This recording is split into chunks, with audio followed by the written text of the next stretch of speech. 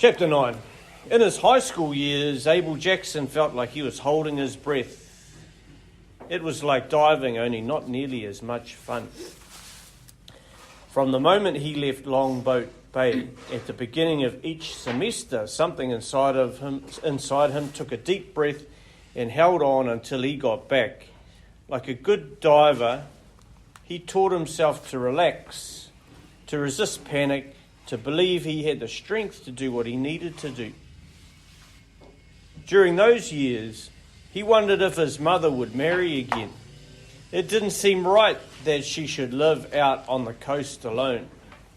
She was still beautiful and strong. Men liked her and looked up to her, but she seemed to fend them off like friendly puppies. Secretly, Abel knew that he wouldn't like to go home and find someone else, a strange man in his life. Still, he did want her to be happy.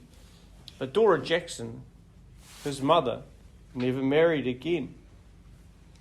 It was during these years that the developers came to Longboat Bay.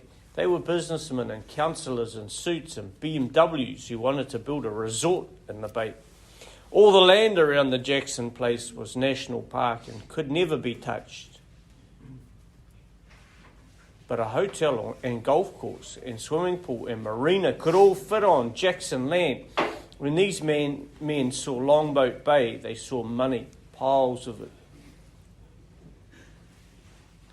Rich tourists, they thought, could moor their yachts and sit out on resort balconies here and watch kangaroos grazing at the edge of the forest.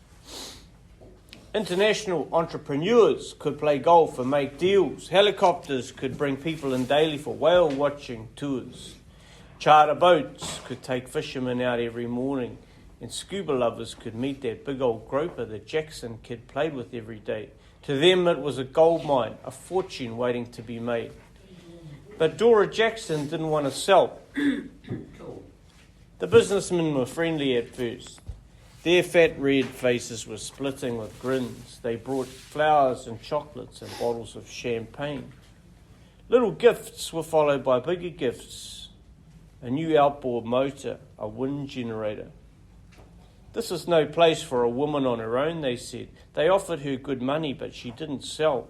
They brought experts, taxmen, lawyers, agents, but still she told them politely that she didn't want to sell. The smiles faded, the gifts stopped coming, and then little things, annoying things began to happen. The Longboat Bay Road began to get rougher and more potholed because the council grader never seemed to come. The mail was always late or wet, or it never came at all. Deliveries of diesel fuel and petrol had water in them, so that Dora Jackson's outboards and generators and truck engine began to stall. There were mysterious bushfires in the forest in the middle of winter. Abel read about it in his mother's letters, angry that he could not be there to help out. At night he lay awake thinking of her in the bay.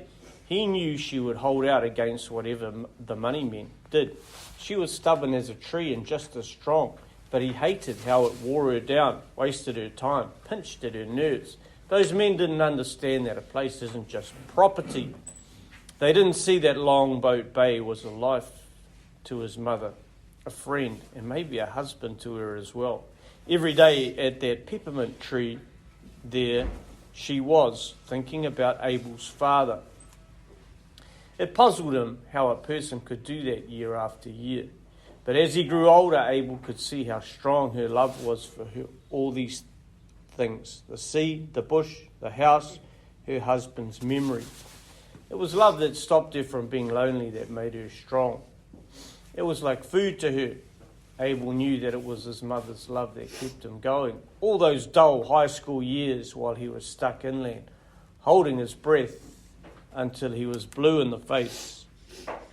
Abel Jackson's mother beat the snarky businessmen. She simply outlasted them.